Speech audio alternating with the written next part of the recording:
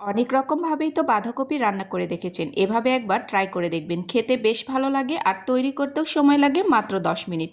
ঝটপট করে সকালের নাস্তায় রুটি, পরোটা বা গরম গরম ভাতের সাথে খেতে বেশ ভালো লাগে। আবার যারা ডায়েট করছেন তারাও শুধু এই বাঁধাকপি রেসিপিটি রান্না করে খেতে পারেন। ভাত পরোটা ছাড়াও কিন্তু এটা খালি মুখে খেতেও বেশ ভালো লাগে। এখানে আমি আস্ত একটি বাঁধাকপি নিয়েছি। প্রথমে বাঁধাকপিটা আমি মাঝখান থেকে কেটে নিচ্ছি। আমি অর্ধেকটা আজকে রান্না করব, বাকি অর্ধেকটা রেখে দেব। তো আমি প্রথমেই বাঁধাকপিটা আবারও মাঝখান থেকে কেটে নিচ্ছি। তো দেখুন, এইভাবে কেটে নিলে খুবই ঝটপট করে বাঁধাকপি কেটে নেওয়া যায় আর সময়ে খুবই কম লাগে। তো আমি শক্ত যে অংশগুলো আছে সেগুলো কেটে ফেলে দিচ্ছি, শুধু পাতাগুলো এখানে ব্যবহার করব। তো এরকম একটু বড় বড় পিসেস করে আমি এই বাঁধাকপিগুলোকে কেটে নিচ্ছি। তো খুবই সহজ, ঝটপট করে কেটেও নেওয়া যায়, আবার রান্না করতেও সময় খুবই কম লাগে। তো আমি পুরো বাঁধাকপিটাই একই রকমভাবে কেটে নেব। তো দেখুন, আমি পুরো বাঁধাকপিটাই একই রকমভাবে কেটে নিয়েছি। এখন এগুলোকে ভালো করে পরিষ্কার করে ধুয়ে নেব আর পানিটা একদম ছেঁকে নেব। রান্না করার জন্য চুলার উপরে বসিয়ে নিয়েছি একটি মিডিয়াম সাইজের প্যান। এখানে দুটো ডিম আমি প্রথমেই ফেটিয়ে নিচ্ছি। তো প্রথমে ডিম দুটোকে আমি ভেজে নেব। তো প্যানের মধ্যে সামান্য একটু তেল দিয়ে নিচ্ছি। এই রান্নাটাতে তেলের পরিমাণও খুবই অল্প লাগে। তো আমি ডিম দুটো ফেটিয়ে নিয়ে এই তেলের মধ্যেই দিয়ে নিচ্ছি। এখন আমি এগুলোকে একদম ঝুরি ঝুরি করে রান্না করে নেব। তো দেখুন, আমি অল্প আছে এই ডিমগুলোকে একদম একটা চামচের সাহায্যে ভালো মতো করে নেড়েচেড়ে ঝুরি ভাব করে নিচ্ছি। এই পর্যায়ে চুলার জালটাকে মিডিয়ামে রেখে ডিমগুলোকে আমি ভেজে নিয়েছি।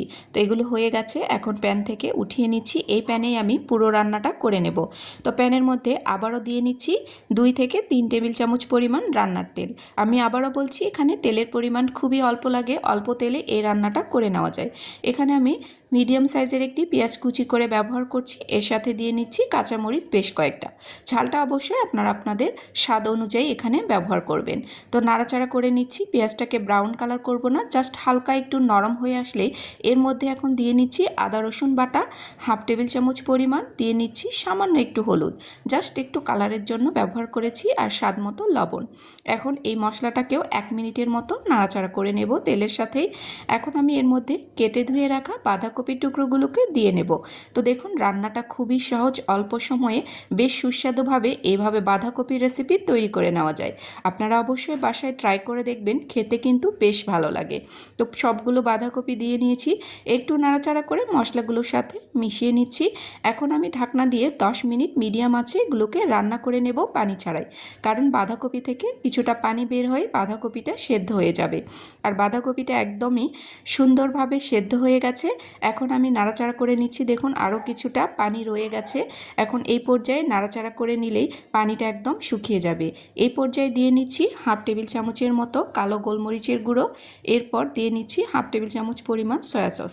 এটা ফ্লেভারের জন্য ব্যবহার করছি, আপনারা চাইলে স্কিপ করতে পারেন। তো এই পর্যায়ে আমি ডিমের ঝুড়িটাকে দিয়ে নিচ্ছি। তো দেখুন, তৈরি হয়ে গেছে মজাদার ও দুর্দান্ত স্বাদের বাঁধাকপির এই ঝুড়ি ভাজা। আপনারা অবশ্যই বাসায় তৈরি করে দেখবেন, খেতে বেশ ভালো লাগে। রুটি, পরোটা আবার খালি মুখেও খেতে বেশ ভালো লাগে। তৈরি হয়ে গেছে। তো আমি এটাকে সার্ভ করে নিয়েছি। তো দেখুন, ধোয়া ওঠা গরম গরম বাঁধাকপি ঝুড়ি অবশ্যই বাসায় তৈরি করে দেখবেন। যদি রেসিপিটি আপনাদের কাছে ভালো লেগে থাকে অবশ্যই বেশি বেশি করে শেয়ার করে যেতে ভুলবেন না, আর লাইক এবং কমেন্টস করে যেতেও ভুলবেন না। এই পর্যন্তই। আল্লাহ হাফেজ। আসসালামু আলাইকুম।